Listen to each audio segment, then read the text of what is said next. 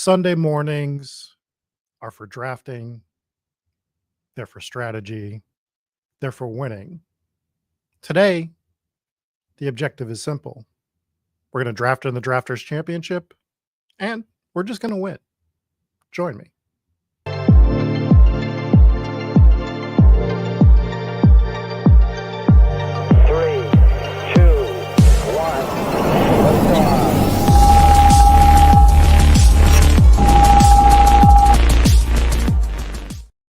Good morning, everybody. It is July 13th.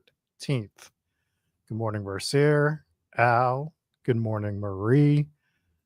We are going to jump into a Drafters $20 tournament. We're going to jump into it now. Took a little while to fill last week, so let's just get right in there and registered. We only need 4 more. So if you're interested in joining, jump on in. And we are going to just simply try to draft and win using some of the stuff we've talked about already up to this point in the year. I guess we will not be drafting Quinchon Judkins. Got to figure that situation out. I'm a loser till I win the Millie is the username. It's an interesting username. Good morning. Good morning to you. I'm trying to shorten your name. We'll just call you Millie. How about that? South, good morning. Jonathan, good morning. K Sizzle, good morning. Let's get in this tournament. Let's make some money. Let's do it in style. Let's throw some music on. We have so many tracks now. I wish I could shuffle. I wish we could just shuffle, but we cannot. So we will, let's start with the Jamar Chase song, sort of to influence us to get the 101. And we'll just kind of jump around. This is still too long. The name is Motivation to Win the Millie Tournament.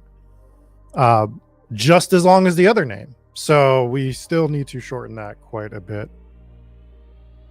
Is the music that quiet? Have they changed the volume controls? This is way louder than I normally do. Let me know if this is good. Way louder based on the number that I have it on. Good morning, Deludo. All right, and we are in. Where are we? Did we get the 101? We did not. B. Kurt, that bastard. He got the 101. We got the 103. We got B. Kurt at the 101. Deludo here at the 105. South is in here at the 106. Al has made it to the 107.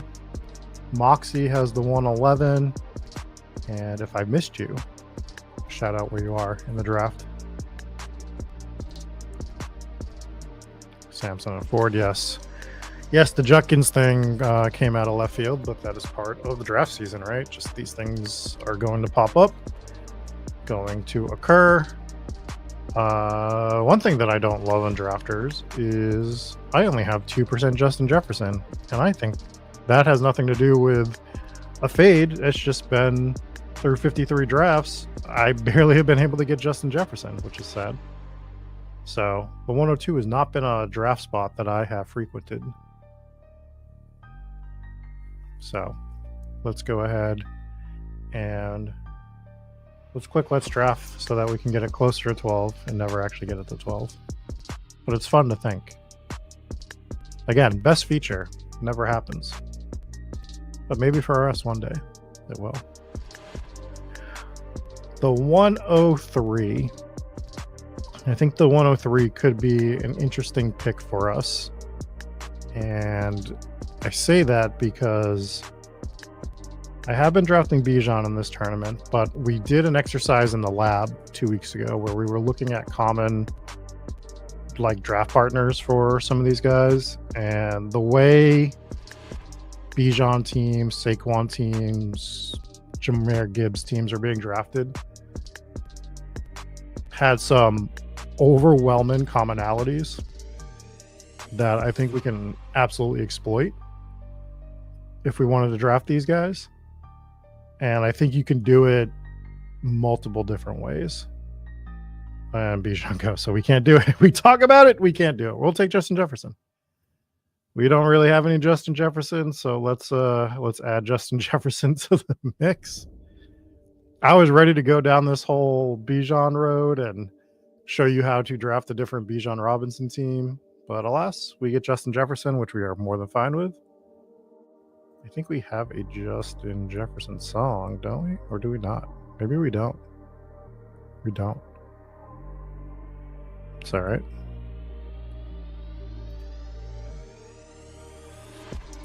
Yeah, Jefferson's one of those players where, like, he doesn't fall to the 3 enough. He doesn't get pulled up to the 1 for, I mean, obvious reasons. If you want both, you can just take both. And it'll flatten out by the time I finish this tournament. But for now, we're just at 2%. So it is what it is. We're fine with it.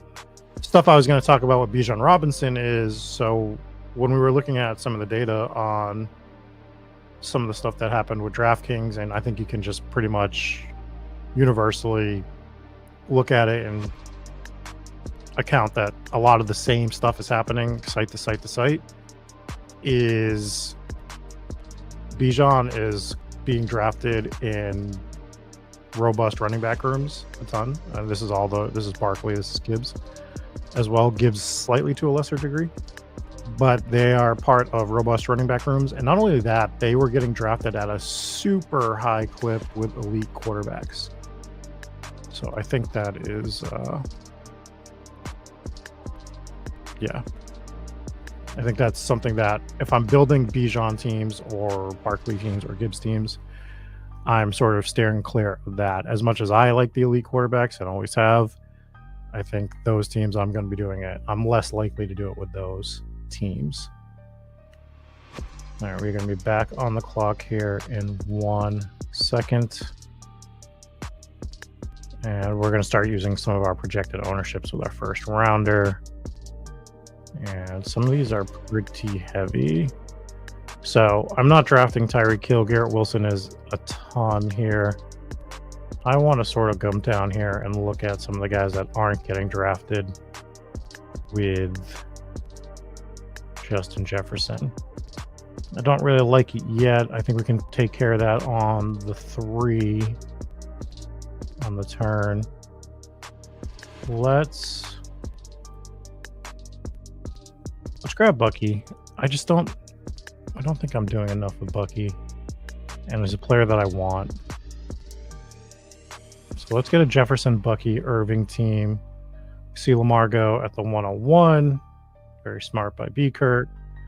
Marvin Harrison goes, and I think that if we look at Josh Allen, he is projected 2% with Justin Jefferson and with Bucky Irving. We can get what many people think is the number 1 quarterback. I am heavily overweight because I've just been doing a lot of this with a lot of my Josh Allen teams are with guys that aren't projecting heavily, and that's what my overlay is showing. Let's go ahead and star him so we don't miss out. But 2% projected ownership with Justin Jefferson, 2% projected ownership with Bucky Irving. We get a stud at each position in the draft right now. Versier is asking, it's that time of year we should be getting avalanches of news. Is there anything specific you are waiting to hear so you can load up on a situation? There's very specific backfields that I'm curious about. One of them not really being Dallas. I don't think that we're going to ever get the actual clarity, and I think that everyone could just be an L on Dallas. So, like, I don't want to dive into that topic too much. I think it's been beaten to death this summer. I think we're beating to death a situation that could just be a 0 overall. I'll draft Javonte sometimes. I'm not drafting Jaden Blue. We've already done that with Jaleel McLaughlin. Like, same idea in my mind. And I was fine with drafting the corpse of Miles Sanders for a bit. I'm over it now. I'd rather just take chances. I'd like to see how the Cleveland backfield now is a toss-up. I'd like to see Marshawn Lloyd solidify himself as the 2. I'd like to see Trey Benson solidify himself as the 2. I mean, we want to see what the Rams are doing, of course, with their backfield. That'll get tipped a little bit more in preseason games, I would assume. You want the guy that's not on the field as much in St. Louis. St. Louis, God, I'm old with the Rams. I think there's some other stuff that I would like to. That's a great point. Popinski, Joe Milton, Tush Push feels like a non-zero chance. Yeah, I could see some of those as well. Kay is saying once the Browns announce a starting QB, I think that player will move up draft boards. I mean, it's going to be Flacco. I think we're all anticipating that it's Flacco. I think that's wrong in the sense that where our expectations are Flacco, but we know that he's probably not the starter all year. And what is that? What does that look like? Right? Like, is that 5 weeks of Flacco? Is it 10 weeks of Flacco? Makes a big difference, especially in a tournament like Drafters, where you're looking for cumulative scoring. So 10 weeks of Flacco is more powerful in Drafters than it is on any other site. And you'd prefer that over the other guy, but the inverse is true. Where if it's Gabriel for 6 weeks, you probably don't want either, but Gabriel is the better bet because he's starting later. So those are things that we need to be looking at. This is tough. I think I want Worthy here. I just really want to make sure that I'm getting some wide receivers before we get buried at the position. Worthy was 2 and 3% with Jefferson and Bucky Irving. So I like that. Let's change our song. Would have loved to have taken the cover boy, Kenneth Walker. However, I think it's just better for our team if we build out some wide receivers here. So we'll do it with Jefferson. We'll do it with Worthy. We do have our anchor in Bucky. And we'll be back on the clock here momentarily. We do see B. Kirk get the Lamar, say Flower start. We were going to be eyeballing George Pickens.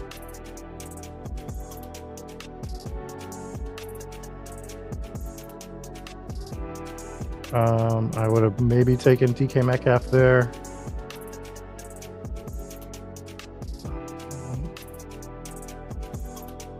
Oh, that's kind of sick, Hacker. I didn't realize you did that. I'm going to take Cortland Sutton.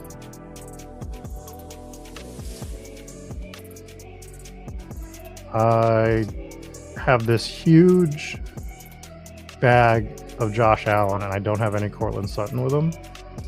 Waddle's been a guy that I've had a lot more of. So I think that's just that's a portfolio pick. My general answer would have been Waddle there over Cortland Sutton, but I want to make sure that I have non-zero Cortland Sutton, and I want to make sure that I'm getting different variations. What's one player I would like to draft more but never get to? I mean, clearly Justin Jefferson is the easy answer for this at the moment, but I think that will level out. A player that I would like to draft more of, but I don't really get to.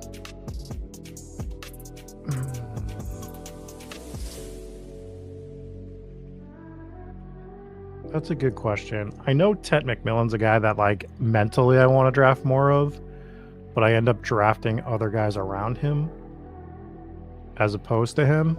So, like, that might be disingenuous to say because I said it a few weeks ago, and then when push comes to shove, if Tet's there with like another guy that I like, I tend to lean the other guy.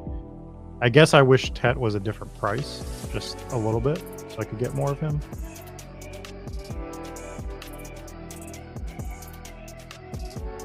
But that would be one of them. If we could time travel, obviously I would have liked to have drafted even more Dylan Sampson. I think I'm right at average. I think I'm maybe 8%, somewhere around there. Maybe a little bit more across all sites. So there is that. That is a quick song. We'll do a Lamar Jackson song since B. Kirk got him. Anything fun stacking up here? Anyone do anything crazy in the first round? Ooh, South pulled AJ Brown up to get with Lad McConkey. I love it. I'm wearing my AJ Brown shirt today. I was actually thinking about the AJ Brown pull up earlier. I'm glad we got to see it. I do think I want to get some variations of AJ Brown with Ladd, London, Rice, and sort of mix some of those wide receivers up. It's a little tougher to do. There's definitely the feeling of a tear break, I would say, right after Brian Thomas for most people. So people get scared to do it, but I do want a few variations of that particular team. Okay, we are on the clock here.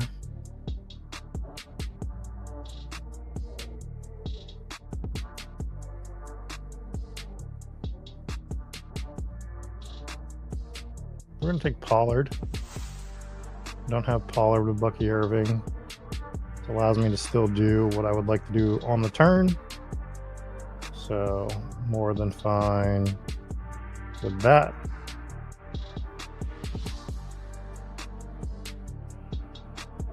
There's no way. Okay. We're gonna call shenanigans here.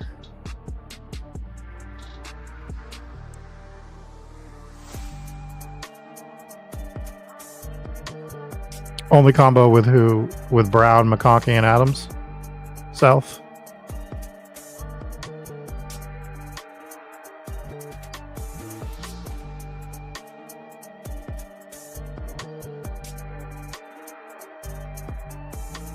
Yeah, so let's make our next pick and then let's just talk about that, because I think it's the most overlooked and most powerful way to build teams, in my opinion.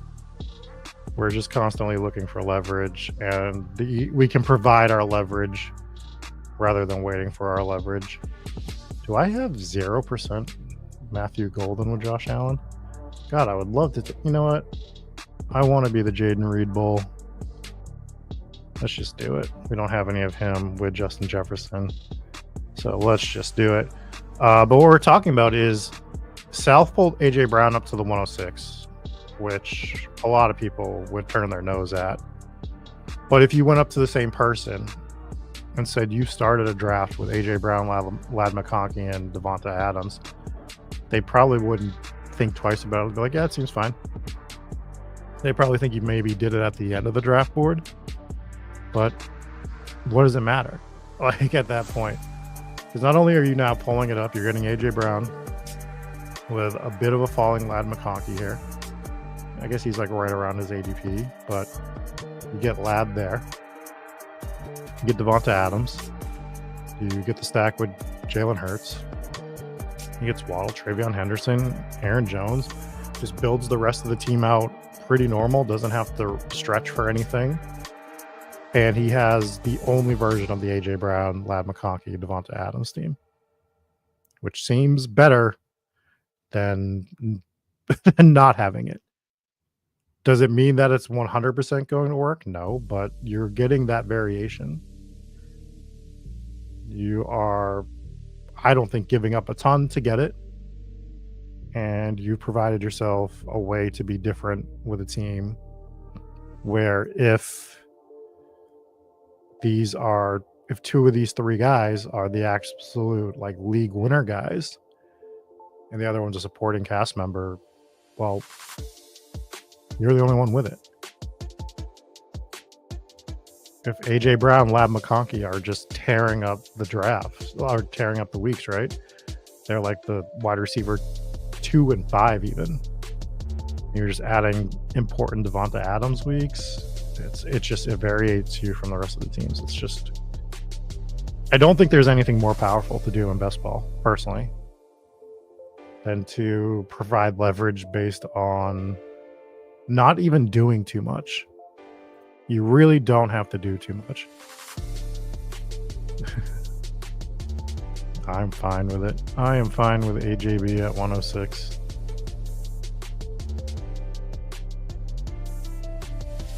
But I just think I don't think it's talked about enough. I know I talk about it way too much.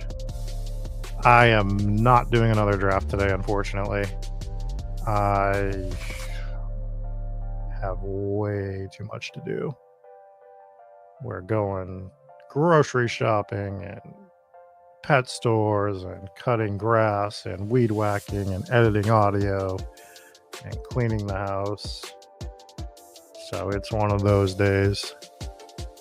I'm working roughly, I think every day this week I've worked between mostly 12-hour days. So everything sort of has piled up for me to have to get some other stuff done today. So unfortunately, that is where we are at.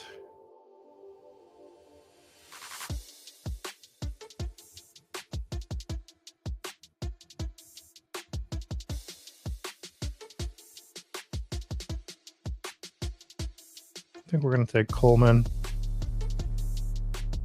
here.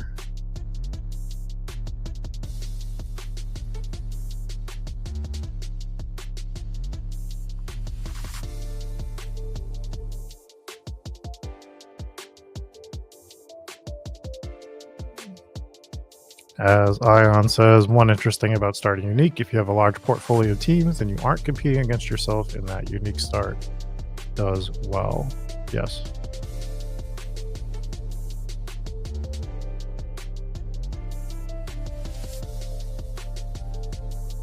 Yeah.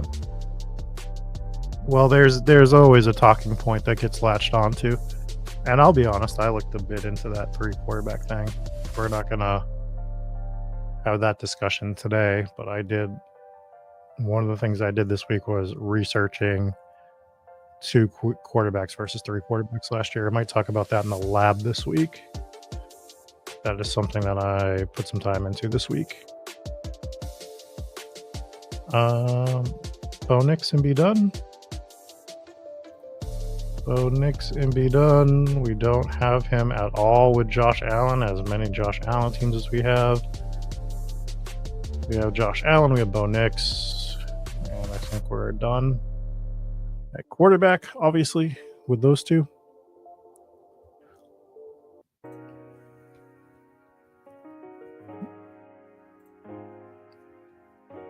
And I think this is part of QB strategy here, where we are seeing quarterbacks get even more like squished together.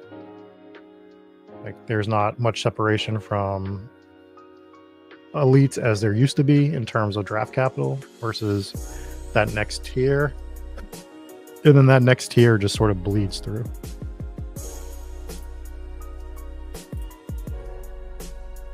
I do like Ramondre as a pick.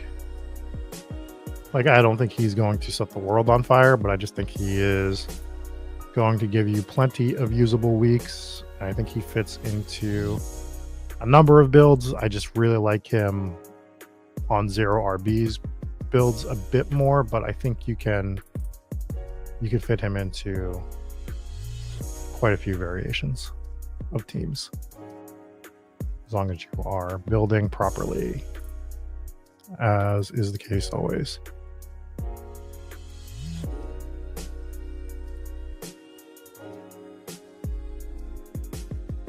All right, so through 9 rounds, we have Josh Allen and Bo Nix. We have Bucky and Tony Pollard at running back. And then we have Justin Jefferson, Xavier Worthy, Cortland Sutton, Jaden Reed, and Keon Coleman. Seems pretty fine.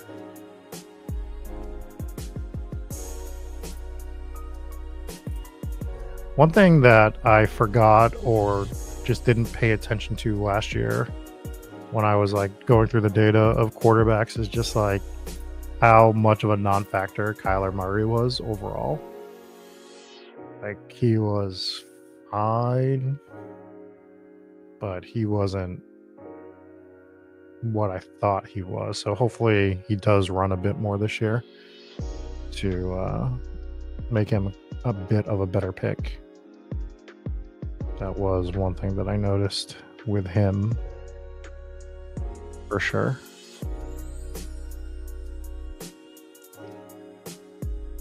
Okay.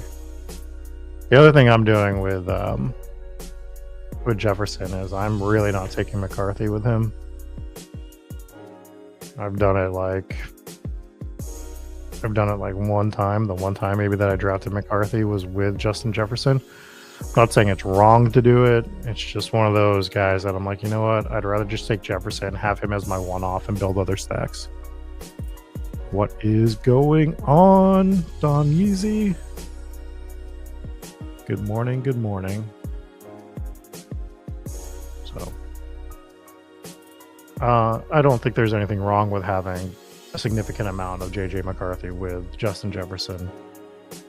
But there's a few guys that I'm like, I just don't even want to take this quarterback in general, especially when you're taking him over like I cannot take JJ McCarthy over Justin Herbert. Not that we would on this team. Let's go ahead and grab Cam. I've been trying to make sure that I'm like slightly above weight on him. I don't want to like go nuts with him. But I am trying to make sure that I don't miss out on Cam Scatabo. But I'm really trying to massage my ownership with him.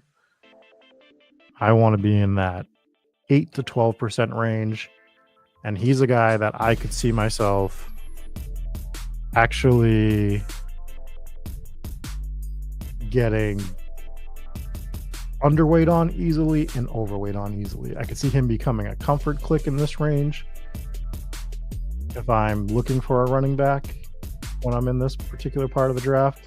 I think it would be very easy to do that. I do want more Tyler Warren. What do I want to do now? Or do I want to grab Bird in here? Yeah.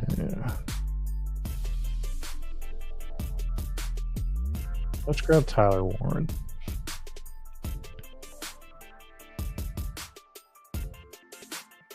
But yeah, I think that is something that I think we just all have those guys every year where they become.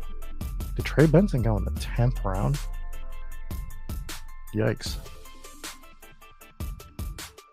That hurts my soul. I hope that doesn't become a standard thing. Josh is saying JJ is my favorite quarterback this year. I saw what KOC did with Dookie, old Sam Darnold. Sam Darnold also a first round pick, right? I mean, yeah, he's bounced around, but we had seen flashes of him in the past. So I fully give KOC credit for probably giving him his best year. I mean, I don't even think it's probably close at this point. But we had seen flashes of that Sam Darnold before. I just don't know what we're going to get out of McCarthy this year. And maybe we should lean into the uncertainty. My problem with that is we've pushed him up to a level that I particularly just don't want him over Jordan Love, over Justin Herbert, over Jared Goff that just went off the board. Jared Goff, I can understand a little bit more because maybe Detroit is a bit harder to stack. But for me, I'd be a lot more on board. I mean, I like Trevor Lawrence over JJ McCarthy. I'd be a lot more on board with McCarthy if he was a few rounds cheaper. I think his price is probably wrong versus the other quarterbacks. And prices and everything, but for me, just give me those other dudes, I guess, and then I can just one off the Vikings, and I'm pretty fine with that. Personally, respectfully, but I think he's fine. Like I have no qualms if JJ McCarthy is your guy. I like Penix. I mean, Moxie gets Lawrence Penix at the 11-12 turn. I think he can be done. He gets to stack Drake London. He gets to have Travis Hunter stacked with Trevor Lawrence. The Travis Hunter price is coming down. Just pretty simple. Pretty simple little thing here. We do see that Burrow went on the other side of the board here. I think Burrow is like the hardest quarterback to draft out of all these quarterbacks. I just don't particularly do it personally.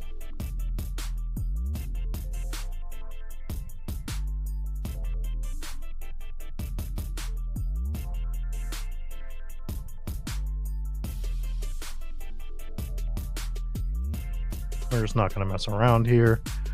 We're just going to go ahead and grab Dalton Kincaid. I am extremely overweight. That's because of how much Josh Allen I have. But whatever. I like Kincaid, Tyler Warren. I think I'm done at tight end. Probably. I've invested the capital at quarterback. I've invested the capital at tight end.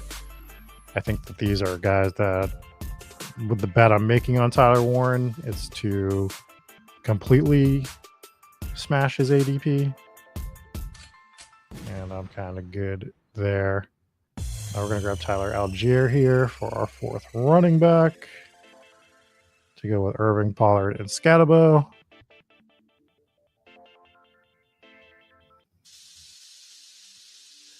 I think the team is shaping up fine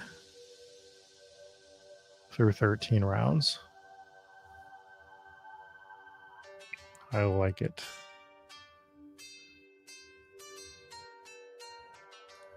And these Herbert prices are wild to me.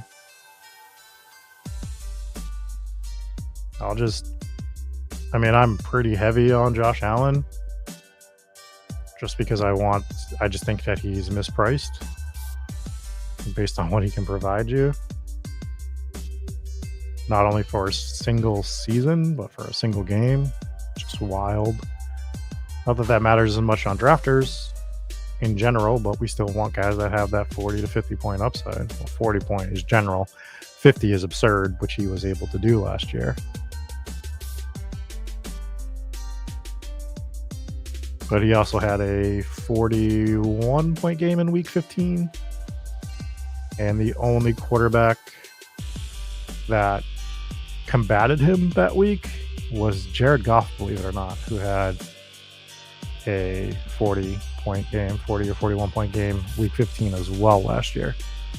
So some of the quarterback stuff I was diving into from last year.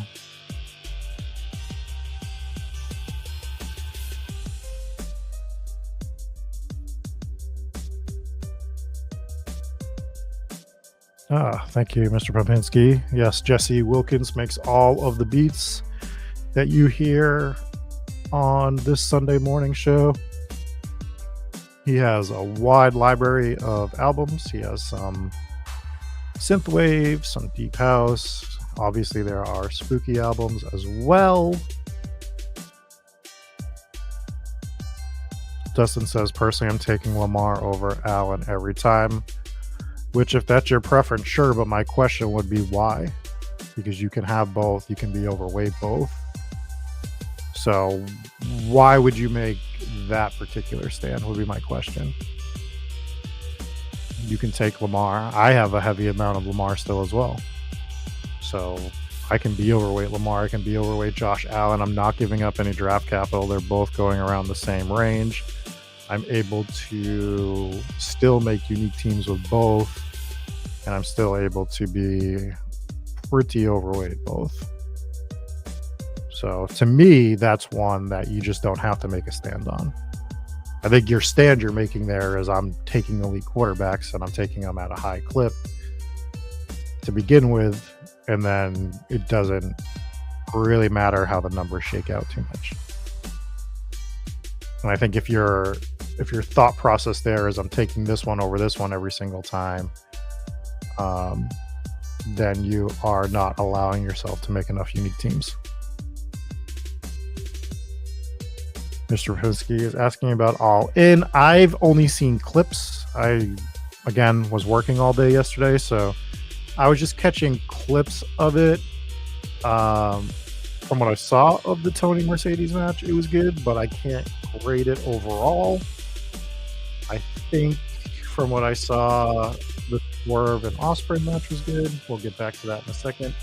You're back on the clock here.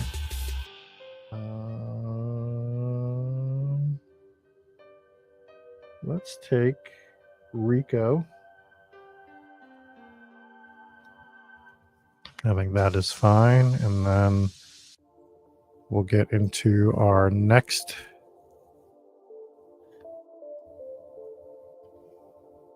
pick in a second.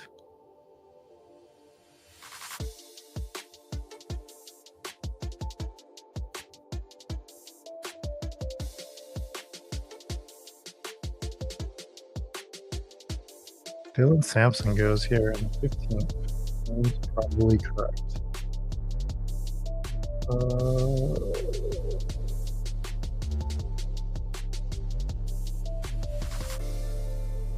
He's probably going to be the pick here. Yeah, let's go ahead and grab Diami as wide receiver 6.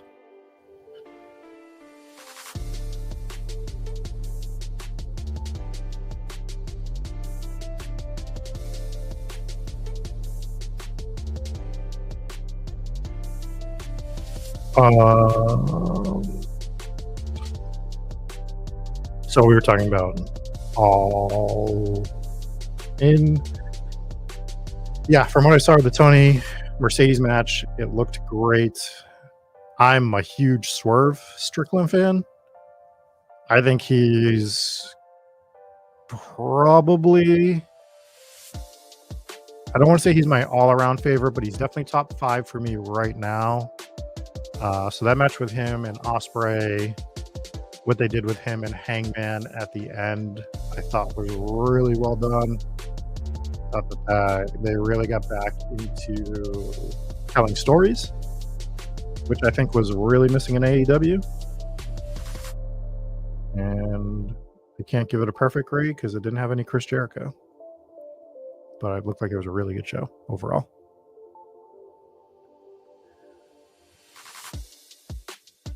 Dustin is saying he's only going to have around 30 to 40 teams, so I feel like I have to take a stand. I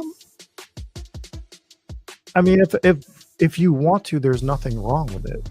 That is certainly, you can definitely take those stands. But I just think that I would still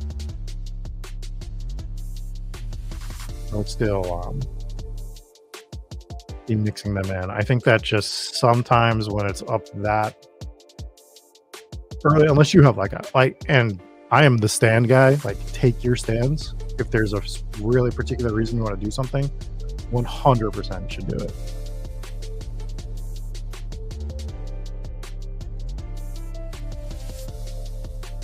Yeah. The one problem I had was definitely Edge coming out and playing it up a little bit too much.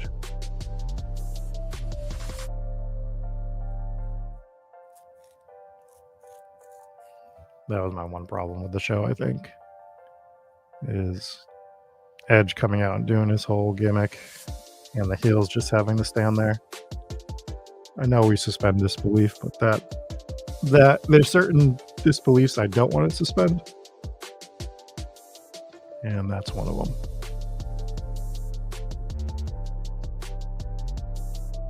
I don't even think his music should have played. I think he should have just slid in the ring.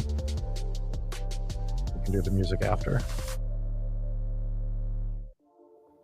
Playing the music for the pop that you're going to get anyways is silly. We are on the clock here. Jarquiz. We have so many of these running backs. This is like a huge range of RBs for us. Is there a wide receiver that we really like? Let's take an RB. Let's grab Giddens.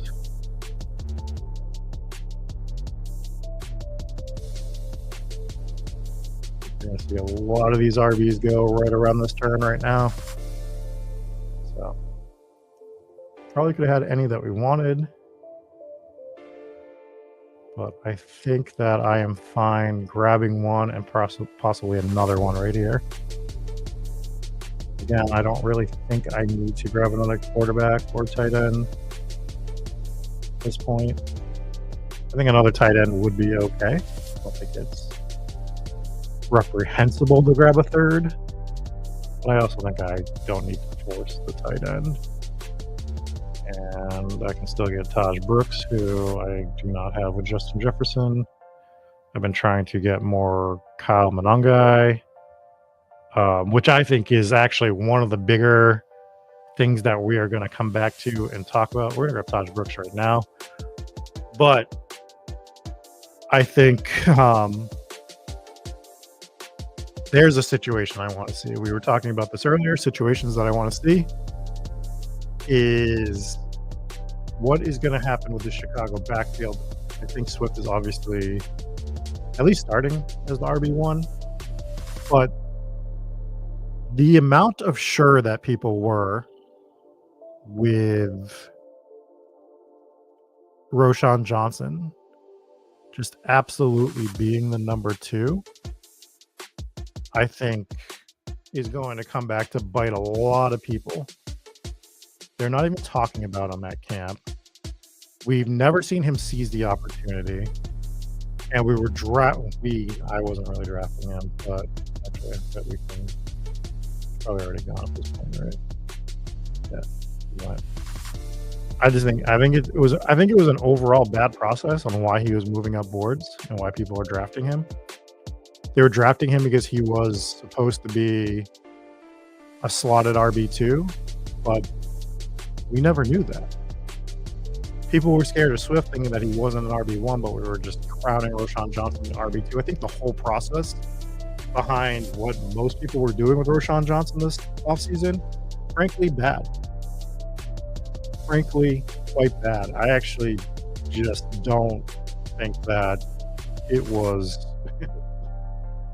thought out by a lot of people in the way that it should be. We can't, look, you're going to overlook a lot of shit. There's so much to look at in drafts, but he was absolutely a focal point of the early draft season. And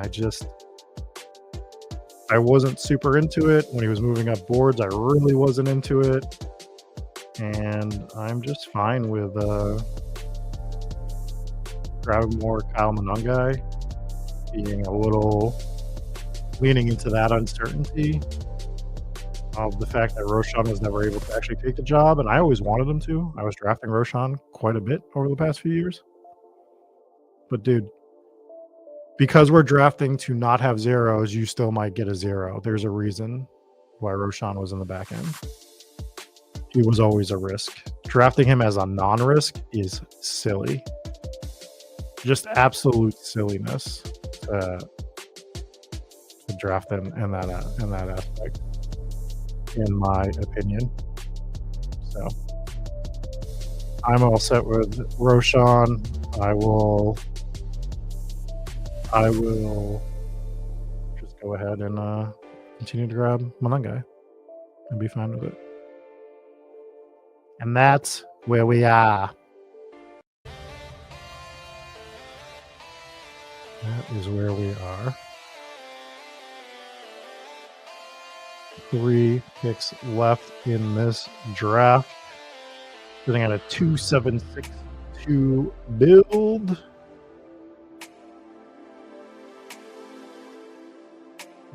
We are on the clock here.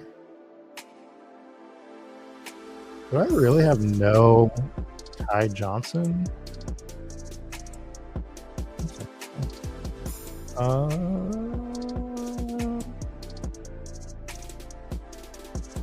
Perhaps Malik Washington? Perhaps. Let's do Malik Washington.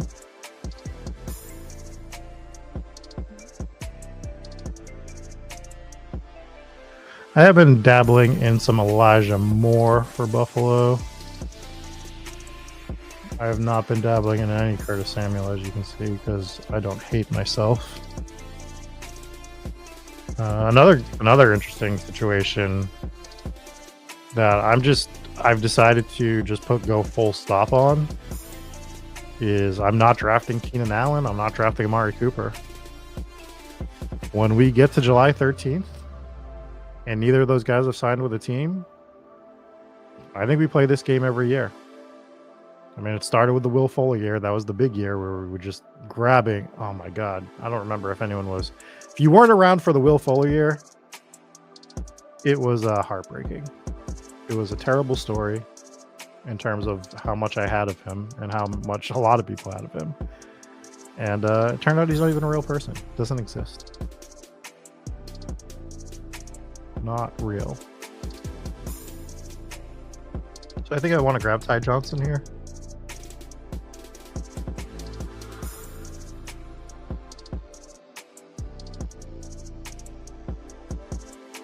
So we're going to do that.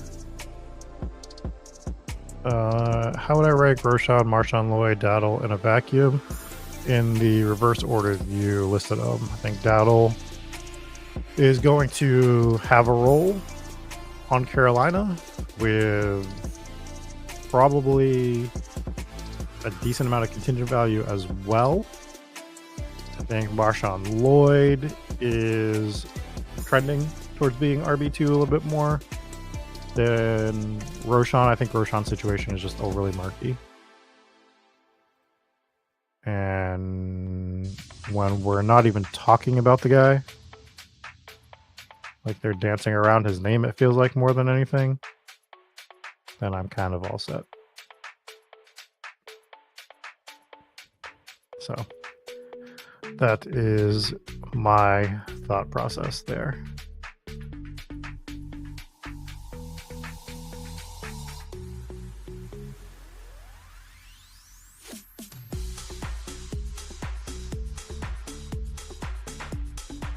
Oh man, I hope you guys are enjoying your weekend.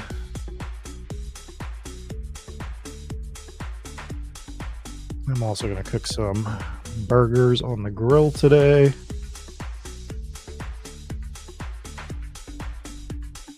I had a lot of fun Friday night. We went to my friend Dave's house, myself, Jesse, who makes these beats.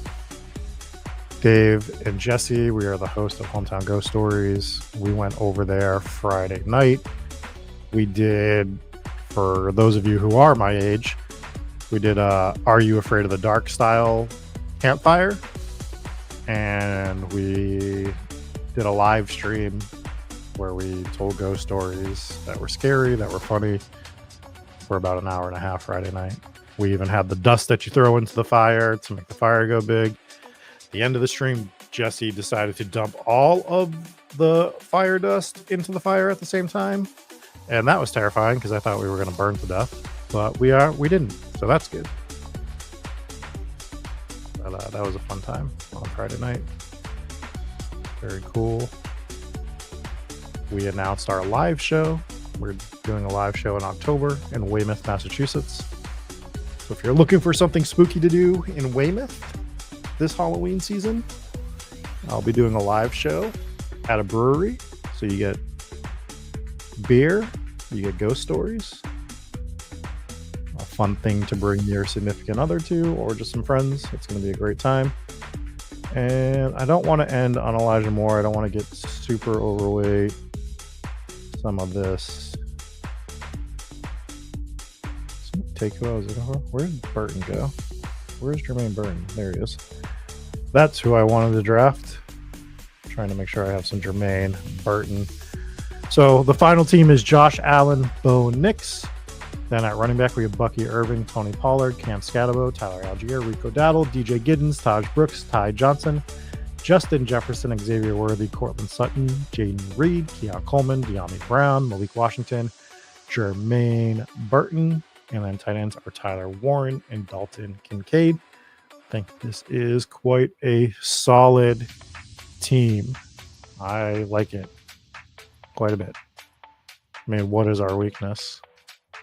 Relying on too many rookies in the back half of our skill position players there, maybe, perhaps.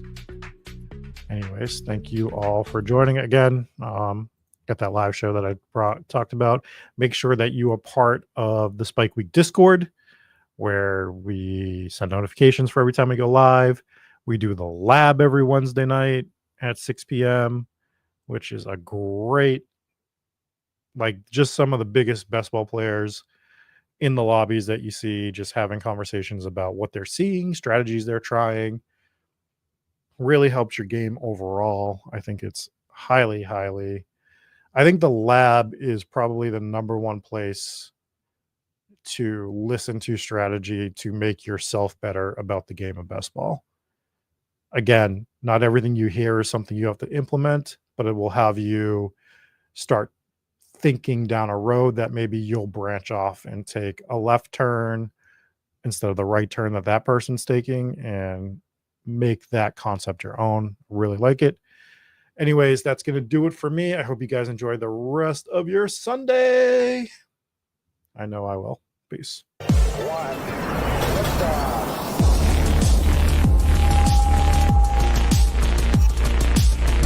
Woo! Those were some spicy takes. Want to stay up to date with all of the other spicy takes we're going to have over here at Spike Week?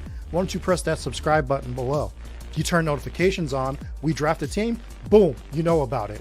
We have another spicy take, boom, you know about it. You can be there, you can draft with us. You want to stay up to date? That's how you do it. All right, we'll catch you later next time here at Spike Week.